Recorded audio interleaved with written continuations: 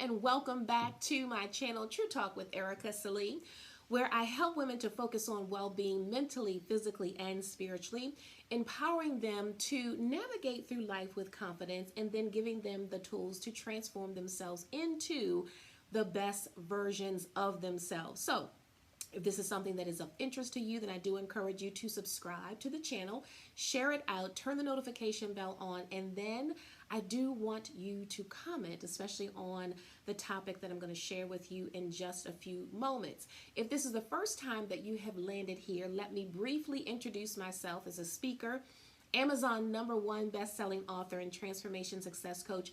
I get super excited to help women figure out what is it that stands in the way of your success. Every time you decide that you want to move forward with something or you get afraid to even think about it, I love to have those conversations. And the best part is to share the strategies to help you move beyond all of that so that you can get to your next. Now, if you happen to be a gentleman who has stumbled across this channel, I do want to encourage you to share this with a special woman in your life, whether it is your wife, your companion, your sister, your best friend, your auntie, your godmother, whoever is in your life that you think can benefit from this space, then I do encourage you to share this out with them. So, True Talk is really about two different focuses, okay? There is the one side when your mind is telling you something that sounds like, yeah, this is the truth, this is the way it is because of the things that are going on, the surroundings that you're in. It may sound something like this. Ooh, I'm not good enough. I don't know if I should go for that. I don't have enough education. Ooh, I'm never going to find another companion or love or fulfillment. That's the kind of stuff that kind of sounds like, yeah, that's probably true because of the things that may be going on in your space. The other side of the True Talk is kind of dispelling all of that and creating some new language that can help you see possibilities so that you can move forward and pursue whatever and do the things that bring you joy, happiness, and peace. So in this space, sometimes I have the conversations about what's going on in my own head. And I share it out here because I know that if I'm thinking about something, I'm sure I'm not the only one, even though sometimes it feels like that. So if you are new here, maybe you have not heard me talk about this present stage of life that I'm in. So I've been divorced for 4-ish years and I'm single. And this whole new world is exactly that. It is new, and sometimes it makes me scratch my head. And even though I try to keep a positive perspective on the whole thing, right? Okay, now we're dating or we're going out with people, we're getting to know people. There's still times when it's just downright frustrating. Let me just be real honest about that. And if you're in the same position, I'm sure that you are saying the same thing to yourself and you're probably like, oh, I'm so glad she said that, right?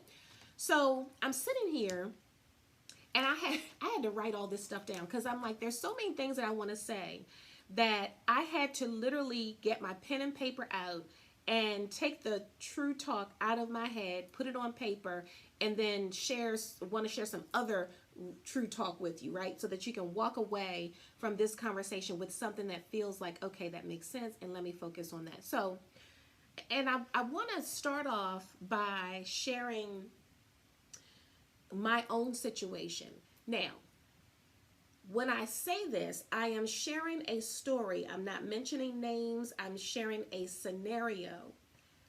And I'm not sharing this to put anyone on blast or to talk negatively about a particular person. It is merely to share the experience and then to share, okay, so what do you do with this?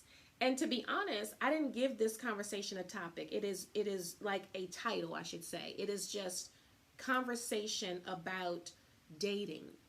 Now, I've had multiple conversations, and in fact, there are other videos that you can go through my channel and you can see those conversations that I've had, and I've actually had guests to talk about various stages of relationships. So you can check those out. The links to those other videos are actually in the description of this video. So let me share this story of the situation. So recently, I had gone out with someone, And this is the second time that I've been out with this particular person. Great conversation, great food, enough for me to have said, hey, yes, I'll go out again. So we both get to the point where we agreed that we would go out again. So you know what follows that? Okay, so what's your availability? Let's try to get something on the calendar. And so we go through a couple iterations of conversation around that. And so when I answer the question to say, hey, this is when I'm available, then to me, it is now on you to come back and respond to follow up. But instead of that, there's a couple back and forths, and then there's silence.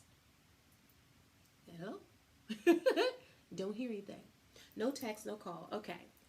So then some time passes, and then there's a communication where the person reaches out and is apologetic for not having communicated and still wanting to try to get together. And I still go back and say, and I'm going to talk about this in just a moment, here's when I'm available.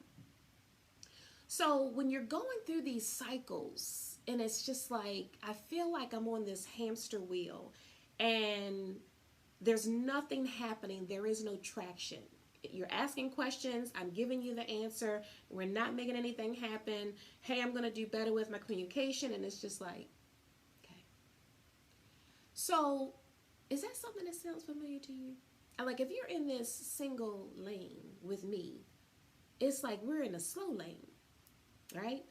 So this might sound very familiar to you. So the question that you may be asking yourself, and this is kind of where I'm going through in my own head. It's like, well, what do you do with that? Like, what do you do with that? How do you manage it? And more importantly, managing in such a way that you keep yourself healthy in the process.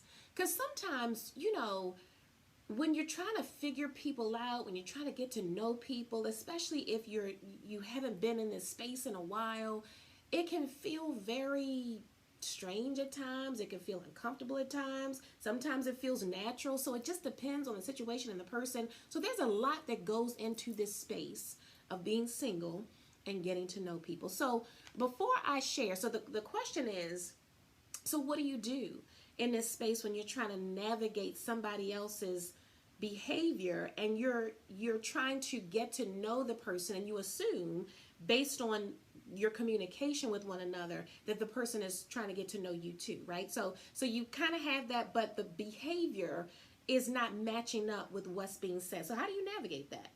So here's what I'm going to share. And before I share the real points that I want to give you, I do want to say this. In this space, and this goes for men and for women, it is so important to be clear on what it is that you're looking for. Now, I talk about this in my book, I'm Here Now What? Finding Joy After the Storm. The dating game happens to be chapter 4. So there's a couple things in here that I want to share, but that is probably the first thing, to be clear on what it is that you're looking for, so that as you get to the step of having to navigate through a scenario like what I just gave you, you can always go back to that, but what am I looking for? So then it kind of helps you to navigate and make certain decisions as you're in this space, if this is where you are. Okay, so here's the first thing.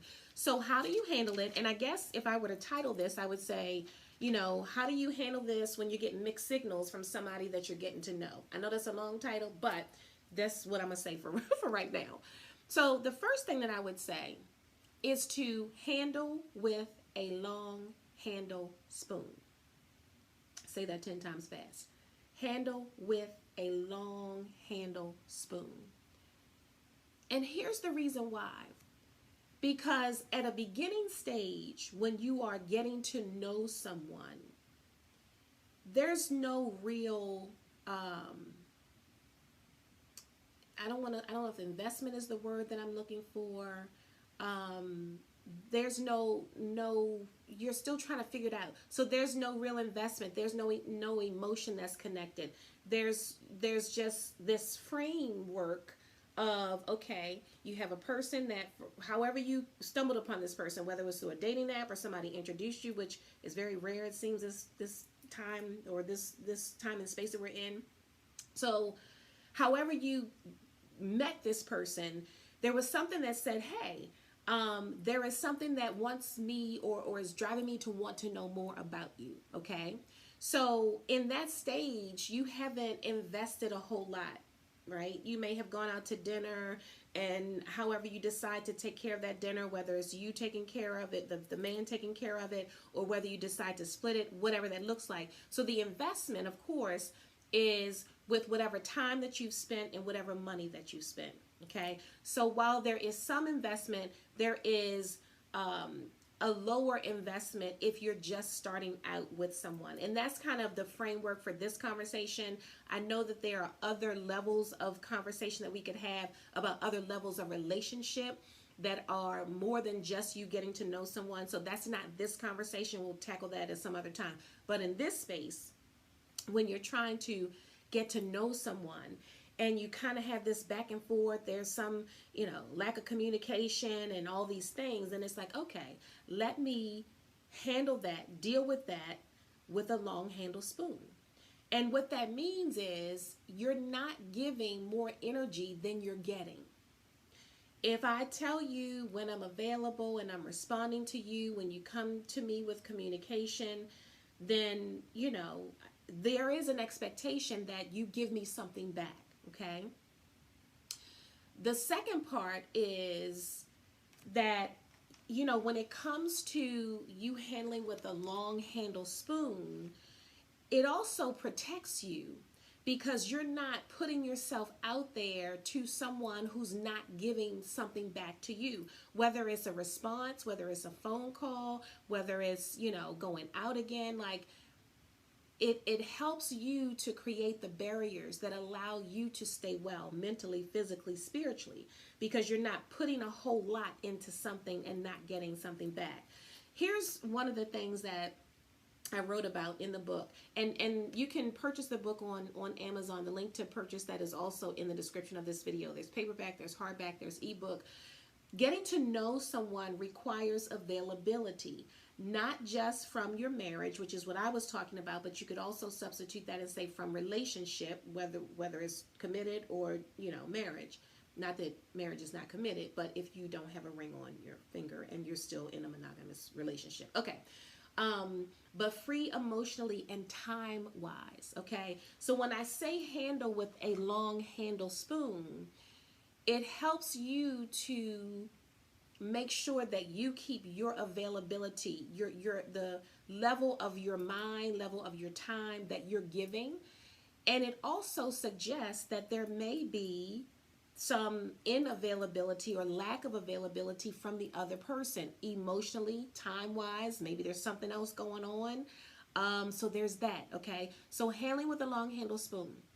The other thing to think about as well is that if it's a sign that the person is not really interested, even if, and I'm saying he because this is my story, my scenario, even if he presents in a way that suggests that he's really interested, whether that's through compliments or when you go out, when you do go out, or when you do have conversation, the words, the language, the things that are being said makes you think that he is interested, but the demonstration is something different. Then when you handle with a long handle spoon, then you can protect yourself and say, listen, and this is something that I've gotten from people that are in the book, some of my friends, some of my family members who are males. And I've actually talked to another close friend recently just to kind of say, hey, what is that, And at the end of the day, if a man is interested in you, he's going to let you know. Like, you're not going to have to sit back and say, okay, he said he was going to call, he'll call. If he says he wants to go out with you, he's going to make time with you.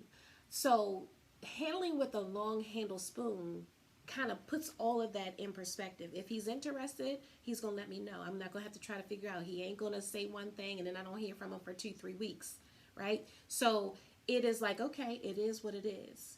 and you kind of deal with it from that perspective. And again, I cannot stress this enough.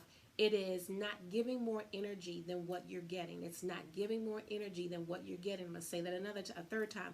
You're not giving more energy than what you're getting. So that's number one, handle with a long handle spoon. The second thing, and this sometimes can be a little difficult, but the second thing to think about or to do when you're trying to get to know somebody and there's this lack of communication, even when, you know, certain things are being said and they're giving you one impression and showing you something else, is to still be courteous, right? If you have a conversation with the person, whether that's through text or he finally decides to call or whatever, still be courteous. Because what we don't want to do is assume. There could be a number of things, but one, he might not be interested in you, right? But let's just say he is, and life is happening for him. Maybe it's work, maybe it's family, whatever the case may be. And even if it's something else, still be courteous, because what we do want to do is recognize that everybody has something going on. And while they may not be acting in a way that we want, it may be that they're not sure how to navigate it based on what's happening in their space. And maybe this is new territory also. And he might not know exactly how to navigate the spaces of this thing called dating and getting to know. Now, I kind of say that a little bit loosely because I go back to, but again, when you get to a certain age and you start to understand life and you're mature and all the things, then yeah, you're going to be consistent. You're going to communicate. That is the ideal. But in the case where that's not happening, you still don't want to come off and be like, well, you ain't call me. You said you were going to call and you didn't call. Now, you can still have those same conversations, but you don't want to come off in a way that gives off the negative energy, the negative vibe, all the things. Because really, that takes a lot of energy for you to do. That takes a lot of energy for me. So mind, body, spirit wellness says, I'm not going to raise my blood pressure, give myself a headache, and go through all this stress and stuff to tell you what you're not doing to get to know me better. Right? That's not good for me, and it's certainly not good for the other person, and it creates something that may not need to be. Okay, so that's the second thing.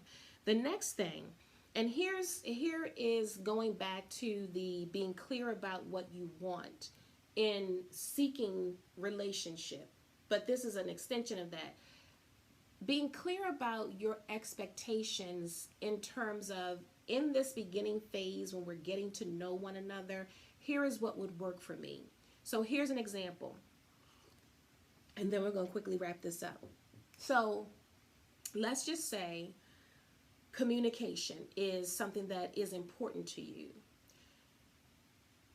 And in the beginning phases, I kind of look at this in two different ways. When you're getting to know someone, I don't expect that you're going to call me every day, all day. In fact, I don't want that. Especially if you are just getting to know someone. Just getting to know means, hey, you just had an initial contact, you went out on a, one date. Now, if it's naturally flowing like that, then that's one thing. But in the beginning stages, it'd be nice, hey, if I talk to you every other day, that's great. If you're in a more committed relationship, and you've established the fact that, hey, it's me and you, that's it, we're good, then yeah, daily communication is important. So be clear about your expectations. In this beginning stage of us getting to know one another, it's important to me that, in my case, that is that you follow through. If you say you're going to do something or you ask me a question, I answer the question, it would be nice for you to come back and respond to the question, kind of follow that through. If you say we want to get together, then let's be committed and consistent with doing that. We don't have to navigate that every single day. But if you reach out to me and then I don't hear from you for 2-3 weeks after I've responded to a question that you've asked, then I'm going to go back to that. I'm going to handle you with a long handle spoon. So when you're clear about your expectations, then it puts it out on the table. and there's no ambiguity. Just like, and here's another one, and I'll kind of wrap this up. So one of the things that was important to communicate in this particular instance was that in this stage of getting to know, I don't want to call it anything. I'm not even going to call it dating, because dating has different levels. I'm going to say, hey, I'm going out with somebody. I want to get to know them. I want to establish a friendship. And I don't want to call it anything other than that, because then it allows me and hopefully the other person to enjoy things organically without calling it something, without classifying, and for me, without even saying, hey, I want to get to this point, right? I want to go into this with a mindset of, let me just enjoy. Because when you start trying to classify and you start trying to put labels on things, then you kind of miss out on being present with the person and getting to know who he is, what he's up to, what does he like, what doesn't he like, his experiences, all of those things. So if my true talk is saying to me, oh God, I gotta make sure this is the one, then it's like I could be so busy focusing on that he could be saying some things that are, intellectual and stimulating and educating and, funny. And I'm missing all that because I'm so busy like, oh, I got to make sure he's the one. Is he the one? Is he? So yeah, that. So being clear about your expectations. So if at the beginning stages, and for some, you might say, yeah, I am looking for a husband. If that's the case, then you state that so that everybody knows what's on the table. So anyway, going back to navigating through the space when you know that you're in communication with somebody and you're trying to navigate and figure out and you're not getting the right signs. Here's the thing. At the end of the day, you got to protect yourself. And you also have to listen to, well, what is this saying to me? What do I need to know in this situation? And being prayerful about it. Because I've been like, okay, maybe that just means either one of a few things. That life is happening so much that, okay, you haven't been able to navigate time. Maybe this isn't the person that I need to invest any time in other than an occasional, hey, how you doing? So all of those things come to mind. And so I guess the last thing that I would say is to do just that, to be prayerful. Actually, I did have a last thing, and I didn't even mention it. To be prayerful, yes, and then decide. Decide is the last thing.